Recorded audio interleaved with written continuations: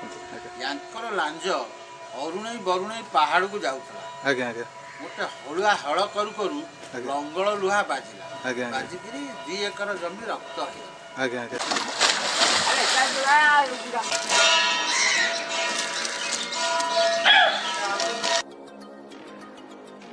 Hello everyone, this is Abhijit Pradhan and welcome back to my YouTube channel. ଟିକେ କ'ଣ English video ତ କେହି ଦେଖୁନାହାନ୍ତି, ସେଥିରେ ପୁଣି ଇଂଲିଶ। ଓଡ଼ିଆରେ କରୁନା, ଆମ ଓଡ଼ିଆ ଲୋକମାନେ ଦେଖିବେ। ହଉ ଚାଲ କୁହ। ଭାଇ ଆସି ମୋତେ କନଫ୍ୟୁଜ୍ କରିଦେଲେ, କ'ଣ କହିବି ଜାଣିପାରୁନି। ଯାହା ବି କହିବି ଭଲ ବି କହିବି। ଚାଲନ୍ତୁ ଏବେ ଆପଣମାନଙ୍କୁ ବୁଲେଇକି ଦେଖିବି ଶିରୁଳି ମହାବୀର।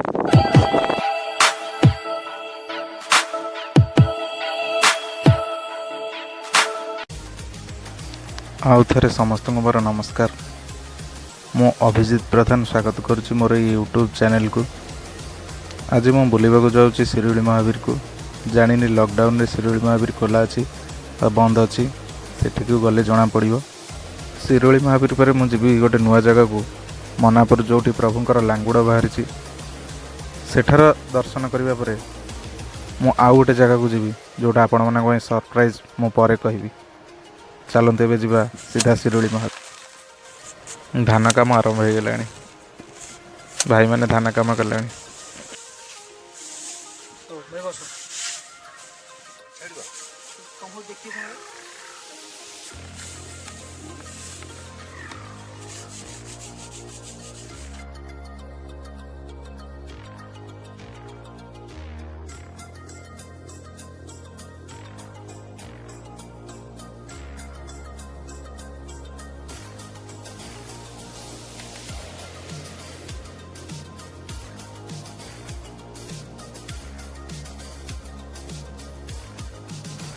ବାବାରେ ଆଗରେ ତାସ ଖେଳ ଚାଲିଛି। ଗାଁ ଭିତରେ ଯିବା ଗୋଟେ ଅଲଗା ପ୍ରକାରର ମଜା। ଦେଖନ୍ତୁ କିଏ ଗାଈକି ଗାଧେଇ ଦେଉଥିବ, କେଉଁଠି ତାସ ଖେଳ ହେଉଥିବ, କେଉଁଠି ଗାଈ ଉପରେ କାଉ ବସିକି ଟିଙ୍କ ଖାଉଥିବ, କେଉଁଠି ପିଲାମାନେ ବାଟି ଖେଳୁଥିବେ। ବାଟି ନା ବିଟି, ଯଦି ଆପଣମାନେ ଜାଣିଛନ୍ତି ତାହେଲେ କମେଣ୍ଟରେ ଲେଖନ୍ତୁ। ମୁଁ ତ ବାଟି କୁହେ, ବାକି ମୁଁ ଜାଣିନି କିଛି ଜାଗାରେ ବିଟି ବି କୁହନ୍ତି। ଆଉ କେଉଁଠି ଲୋକ ଖେପା ପକେଇ ମାଛ ଧରୁଥିବେ। ଅଲଗା ପ୍ରକାର ମଜା ଗାଁ ଭିତରେ ଯିବାର। ଭାଇଙ୍କର ଗୋଟେ ବି ମାଛ ପଡ଼ିଲାନି, ଆଉ ଭାଇଙ୍କ ମନ ଦୁଃଖ ହେଉଥିବ। ଚାଲ ଆମେ ତ ଠାକୁରଙ୍କ ପାଖକୁ ଯାଉଛେ, ମାଛରେ କାହିଁ ମନ ଦେବା। ବସ୍ଟି ବୋଧେ ବହୁତ ଦିନରୁ ଥୁଆ ହେଲାଣି ଲକଡାଉନ୍ ପାଇଁ। ଲକଡାଉନରେ ତ ସମସ୍ତଙ୍କର ବେପାର ବନ୍ଦ ହୋଇଯାଇଛି।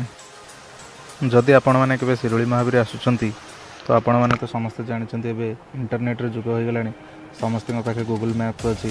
ମୁଁ ଅଯଥା ଆପଣମାନଙ୍କୁ କହିକି ବୋରିଂ କରିବିନି, ଏଠୁ ଆସିବେ ସେଠୁ ଆସିବେ ସେଠୁ ଆସିବେ।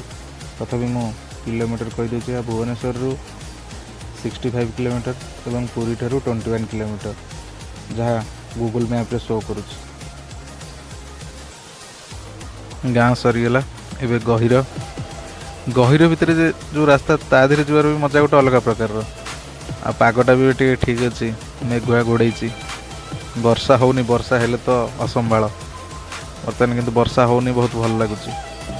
ଆଉ ଶୀତ ଦିନେ ଯଦି ଗହିର ଭିତରେ ରାସ୍ତା, ଧାନ କଟା ହେଉଥିବ, ସେ ଧାନର ବାସ୍ନା, ଲୋକମାନେ ଧାନ ଗୋଛା ବା କଳେଇ ଧରିକି ବିଲ ଭିତରୁ ଆସୁଥିବେ, ସେ ଦୃଶ୍ୟ ସେସବୁ ଗୋଟେ ଅଲଗା ପ୍ରକାରର। ଯେଉଁମାନେ ପ୍ରକୃତିକୁ ଭଲ ପାଉଥିବେ ସେମାନେ ତା'ର ମଜା ଜାଣିପାରିବେ।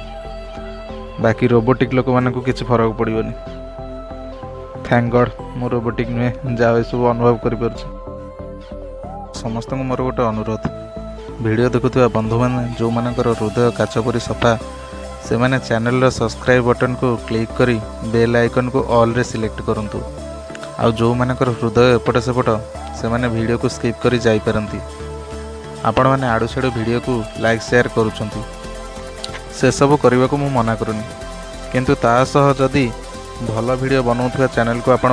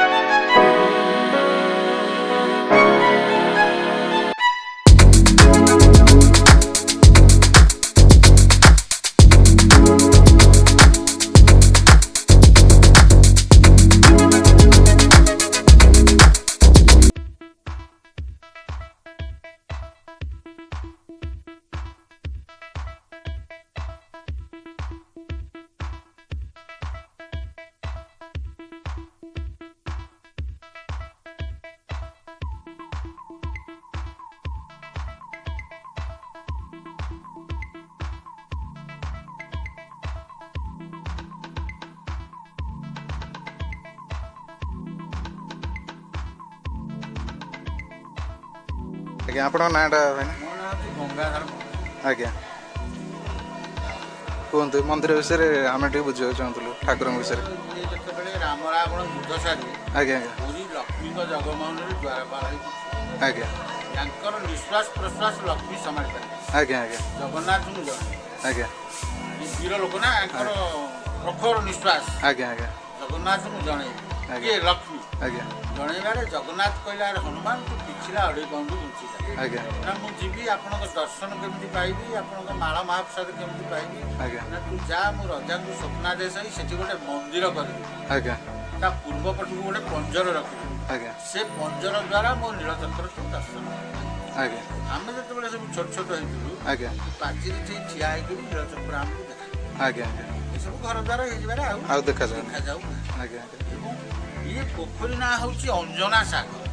ପୋଖରୀ ନା ପୋଖରୀ ଅଞ୍ଜନା ସାଗର। ଆଜ୍ଞା ଏଠି ଅଞ୍ଜନା ତପ କରୁଥିଲେ, ଆଜ୍ଞା ଆଜ୍ଞା ଏଠି ଥିଲେ ଆଜ୍ଞା କଦଳୀ ଜଙ୍ଗଲ ଥିଲା, ଆଜ୍ଞା ଆଜ୍ଞା ଏଠି ଅଞ୍ଜନା ତପ କରୁଥିଲେ। ଆଜ୍ଞା ହନୁମାନଜୀ ଏଠି ଆବିର୍ଭାବ କଲେ। ଆଜ୍ଞା ଆଜ୍ଞା ମା ପୁଅ ଏଠି ବି ଅଛନ୍ତି ହନୁମାନ ବି ଅଛନ୍ତି। ୟାଙ୍କର ଲାଞ୍ଜ ଅରୁଣେଇ ବରୁଣେଇ ପାହାଡ଼କୁ ଯାଉଥିଲା। ଆଜ୍ଞା ଆଜ୍ଞା ଗୋଟେ ହଳ କରୁ କରୁ ଲଙ୍ଗଳ ଲୁହା ବାଜିଲା, ଆଜ୍ଞା ବାଜିକିରି 2 ଏକର ଜମି ରକ୍ତ ହେଲା।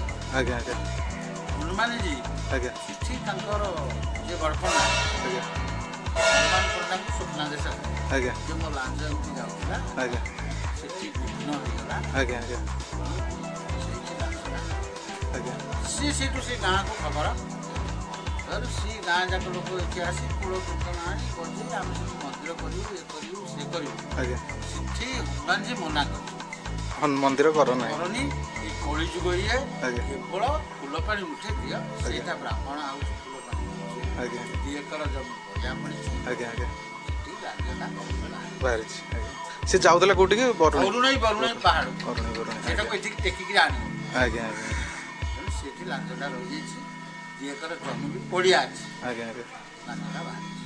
ଆପଣ ଯାହାକୁ ସେଠି ପଚାରିବେ ଆଜ୍ଞା ଲାଞ୍ଜ କୋଉଠି, ଲୋକ ଦେଖେଇଦେବେ। ହଁ ବର୍ତ୍ତମାନ ତ ଆମେ ଯିବୁ ସେଇଠିକି। ସେଇଠିକି ଯାଆନ୍ତୁ। ଆଜ୍ଞା ତାପରେ ଏବେ ଯୋଉ ପହଡ଼ କେବେ କ'ଣ କେମିତି ଲୋକ ପହଡ଼ ଆସିଲେ ପରେ? ଆମର ନୀତି ଆରମ୍ଭ ହେଉଛି ଆଜ୍ଞା ସକାଳ 5ଟାରେ, ଆଜ୍ଞା ପହଡ଼ ଖୋଲା ହେଉଛି। ଆଜ୍ଞା ତାପରେ ମଙ୍ଗଳା ଆଳତି ହେଉଛି, ଆଜ୍ଞା ଆଜ୍ଞା ତାପରେ ସୂର୍ଯ୍ୟ ପୂଜା ହେଉଛି, ଆଜ୍ଞା ଦ୍ୱାରପାଳ ପୂଜା ହେଉଛି। ଆଜ୍ଞା ଏସବୁ ନୀତି ସରିଲା ପରେ ଆଜ୍ଞା ଠାକୁର ଗୋଟେ ଡ୍ରେସ୍ ହେଉଛି, ଆଜ୍ଞା ଆଜ୍ଞା ପିନ୍ଧି ସାରିଲା ପରେ ପୁଣି ଇଏ କରାଯାଉଛି ବଲ୍ଲଭ ଧୂପ ଆଜ୍ଞା 7:30ଟାରେ। 7:30 ବଲ୍ଲଭ ଧୂପ ପରେ ଆଜ୍ଞା ସାଣ ମେଲା କରାଯାଉଛି, ଆଜ୍ଞା ଯେତେ ଭକ୍ତ ଯିବେ ସମସ୍ତଙ୍କୁ ଦର୍ଶନ ଖୋଲା କରିପାରିବେ। ଦର୍ଶନ କରିବେ। ପୁଣି ଯେତେବେଳେ 12ଟା ହେଉଛି ଆଜ୍ଞା ଠାକୁର ଆଉ ଥରେ ସ୍ନାନ କରୁଛନ୍ତି, ଆଜ୍ଞା ସ୍ନାନ କରିକିରି ପୁଣି ଡ୍ରେସ୍ ଫ୍ରେସ୍ ପିନ୍ଧିକିରି ଫୁଲ ଲଗେଇବା ହେଲା ପରେ ଆଜ୍ଞା ପୁଣି ମଧ୍ୟାହ୍ନ ଧୂପ ଆରମ୍ଭ ହେଉଛି। ଆଜ୍ଞା ଆଜ୍ଞା ଆଜ୍ଞା 12ଟାରୁ 12:30 ହେଲା ମଧ୍ୟାହ୍ନ ଧୂପ, ଆଜ୍ଞା 12:30ଟାରୁ 1 ହେଲା ଦ୍ୱିପହର ଧୂପ, ଆଜ୍ଞା ଦ୍ୱିପହର ଧୂପ 1:30ରୁ 2ଟା ଯାଏଁ ହେଉଛି ଆମର ଭଣ୍ଡ। ଆଜ୍ଞା ଆଜ୍ଞା ଭଣ୍ଡ ମାନେ? ଭଣ୍ଡ ମାନେ ପବ୍ଲିକ୍ ଯେତେ ରୋଷେଇ ଫୋଷେଇ ହେଇଥିବ ହଁ ହଁ ହଁ ସେଗୁଡ଼ାକ ସବୁ ପୂଜା ହେବ, ବୁଝା ହବ। ଯେମିତି ଜଗନ୍ନାଥଙ୍କ। ଆଜ୍ଞା ଆଜ୍ଞା ତାପରେ ଠାକୁର ପହଡ଼ା ହେବେ, ଆଜ୍ଞା ପୁଣି 3:30ରେ ଖୋଲି ଆଜ୍ଞା ଖୋଲିଲା ପରେ ସାଣ ମେଲା ଅଛି, ସମସ୍ତେ ଦର୍ଶନ କରିବେ। କରିପାରିବେ। ସନ୍ଧ୍ୟା 7ଟାରେ ପୁଣି ଠାକୁର ଆଉ ଥରେ ମଇଲମ ଆଜ୍ଞା ଆଜ୍ଞା 7ଟା ବେଳେ ହେଇକିରି ପୁଣି ଡ୍ରେସ୍ ଫ୍ରେସ୍ ପିନ୍ଧିକିରି ପୂଜା, ପୁଣି ଆଜ୍ଞା ସନ୍ଧୂପ ଆରମ୍ଭ ହେବ ଆଜ୍ଞା 8ଟା। ଆଜ୍ଞା 8ଟାରୁ 9ଟା ହେଲା ସନ୍ଧୂପ। ଆଜ୍ଞା 9ଟାରେ ପୁଣି ଆଉ ଥରେ ଠାକୁର ସ୍ନାନ କରିବେ, ଆଜ୍ଞା ସ୍ନାନ କରିକିରି ବଡ଼ସିଂହାର ବେଶ, ଆଜ୍ଞା ବଡ଼ସିଂହାର ବେଶ ହେଇ ବଡ଼ସିଂହାର ହେବ। ଆଜ୍ଞା ବଡ଼ସିଂହାର ସରିଲା ପରେ ଆଳତି ହେବ, ଠାକୁର ପହଡ଼ ହେବ। ଆଜ୍ଞା ଆଜ୍ଞା କେତେଟା ପହଡ଼ କେତେଟା ରହିବ? ରାତି 10ଟା। ରାତି 10ଟା ବେଳକୁ ପହଡ଼ ପଡ଼ିବ। ଆଜ୍ଞା ଆଜ୍ଞା ତେଣୁ ଜଗନ୍ନାଥଙ୍କର ଯେମିତି ସବୁ ନୀତିକାନ୍ତି ହେଉଛି ଏଠି ସେଇ ଟାଇପ୍ର ଅଛି, ତାଙ୍କର ଟିକେ ଅଧିକା ହେଉଛି, ଆମର କମ୍ ହେଉଛି। ଆଜ୍ଞା ଆଜ୍ଞା ତାହେଲେ ଏ ମୂର୍ତ୍ତି କି କେହି ବନେଇ ନାହାନ୍ତି, ନା ନା ସ୍ୱୟଂ? ଇଏ ସ୍ୱୟଂ। ଆଜ୍ଞା ଆଜ୍ଞା ଏବେ କରୋନା ପାଇଁ ମନ୍ଦିର ବନ୍ଦ ଅଛି, କେବେ ଖୋଲିବ ସେମିତି କିଛି? କିଛି ଠିକ୍ ନାହିଁ, ଯେତେବେଳେ ପ୍ରଶାସନ ଚାହିଁବେ, ହଁ ହଁ ପ୍ରଶାସନ ଚାହିଁବ ସେବେ ସେତେବେଳେ ଖୋଲିବ। ଆଜ୍ଞା ଏତେ ସବୁ କହିଥିବାରୁ ଆପଣ ବହୁତ ବହୁତ ଧନ୍ୟବାଦ। ଭିଡ଼ିଓଟି ବହୁତ ଲମ୍ବା ହେବାରୁ ଆମେ ଭିଡ଼ିଓଟିକୁ ପାର୍ଟ 1 ପାର୍ଟ 2ରେ 2 ଭାଗ କରିଦେଲୁ। ପାର୍ଟ 2 ଭିଡ଼ିଓରେ ଆପଣମାନେ ଜାଣିପାରିବେ ଯେଉଁ ପ୍ରଭୁଙ୍କର ଯେଉଁ ଲାଙ୍ଗୁଡ଼ଟି ମାଟି ତଳେ ତଳେ ଅରୁଣେଇ ବରୁଣେଇ ପାହାଡ଼କୁ ଯାଉଥିଲା ଏବଂ ଯେଉଁ ଜାଗାରେ ହଳ ଲଙ୍ଗଳ ବାଜି କ୍ଷତାକ୍ତ ହୋଇ ବାହାରିଥିଲା, ଏବଂ ଆଉ ଗୋଟେ ସରପ୍ରାଇଜ୍ ମଧ୍ୟ ଆପଣମାନଙ୍କ ପାଇଁ ଅଛି, ସେଇଟା ଭିଡ଼ିଓ ପାର୍ଟ 2ରେ ଆପଣ ଜାଣିପାରିବେ।